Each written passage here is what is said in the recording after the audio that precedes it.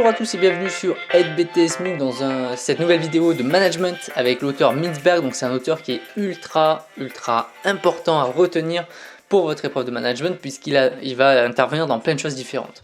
Donc on va voir Henri Mintzberg qui est un auteur super important parce qu'il parle de la stratégie des entreprises, il parle de la coordination des activités, donc c'est toujours en lien avec les entreprises, et il parle de la structure des entreprises. Donc ce sont trois thèmes qui sont super importants à retenir.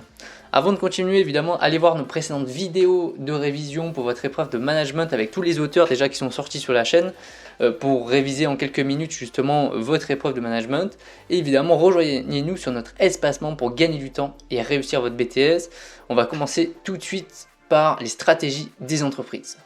Alors les stratégies des entreprises, donc le point numéro 1, donc pour lui il y a d'un côté la stratégie délibérée d'une entreprise, donc c'est vraiment la stratégie qui est planifiée à l'avance, que les dirigeants ont planifié déjà depuis un certain moment.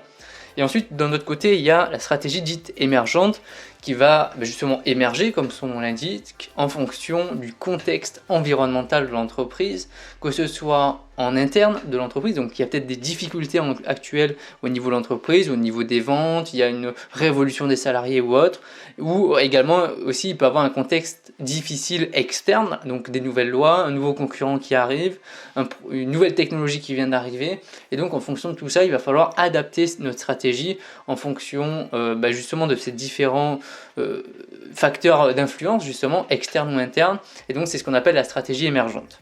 Donc ça c'était le premier point à retenir. Deuxième point à retenir, c'est la coordination des activités donc pour Mintzberg. Donc il y a 6 possibilités. Alors la coordination tout simplement, c'est comment est-ce qu'on va gérer l'entreprise au niveau opérationnel, comment est-ce qu'on va, voilà, toutes les normes qu'on va mettre en place pour structurer, hiérarchiser, communiquer, coordonner justement la coordination des activités de l'entreprise. Donc première chose, c'est l'ajustement mutuel, donc c'est une communication informelle qu'on a sur le terrain en face à face, on dit à une personne, tiens il faudrait que tu me fasses ça, ça ou ça. Donc ça c'est l'ajustement mutuel. Ensuite on a la supervision directe, en fait on a un seul responsable, un chef d'équipe qui va diriger l'ensemble d'une équipe et c'est lui qui va donner les informations, qui va organiser l'activité au sein de l'entreprise ou au sein de son secteur. Ensuite on a la standardisation des procédés, donc en fait on va mettre en place un processus de production avec des étapes de A à Z, on fait telle étape, puis ensuite on fait ça, puis ensuite on fait ça, et donc il va mettre en place un processus de production et qu'on va suivre au fur et à mesure justement de l'avancée du processus. Ensuite, on a la standardisation des normes. Donc, en fait, on va mettre en place une méthode de travail à respecter. Il y a une certaine culture d'entreprise. On va mettre en place des règles qui vont être communes à l'ensemble de l'entreprise et qui vont permettre de l'organiser et qui vont se transmettre par la culture d'entreprise aux différents arrivants qui arrivent justement dans cette entreprise.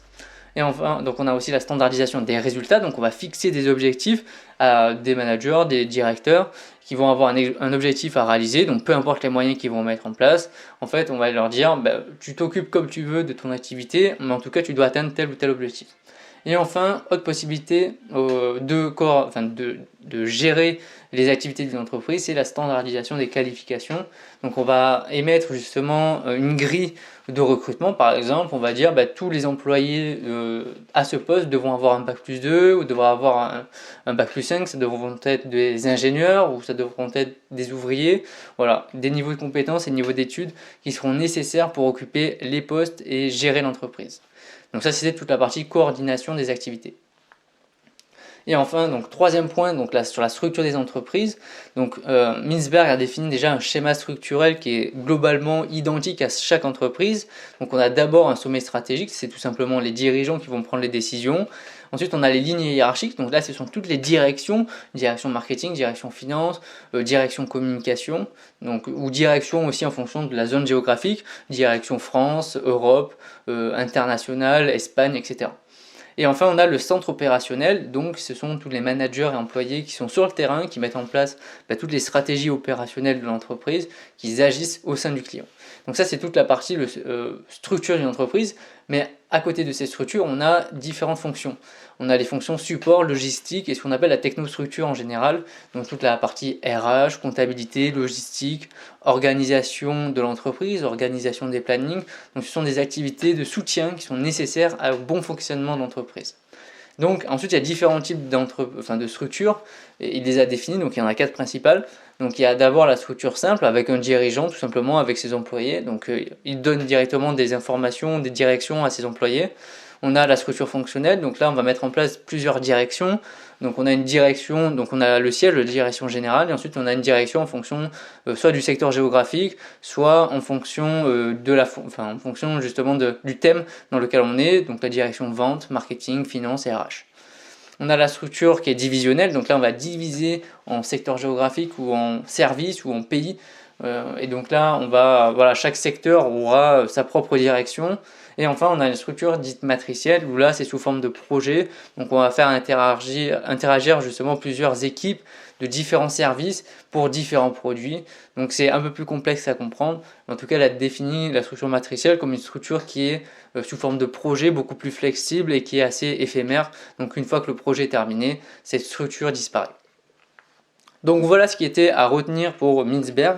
Donc 3 idées essentielles à développer pour Mintzberg. Donc il y a de très très grandes chances que vous ayez à le citer dans votre épreuve de management. J'espère que cette vidéo vous aura plu. N'oubliez pas de vous abonner et bien sûr de rejoindre notre espace membre.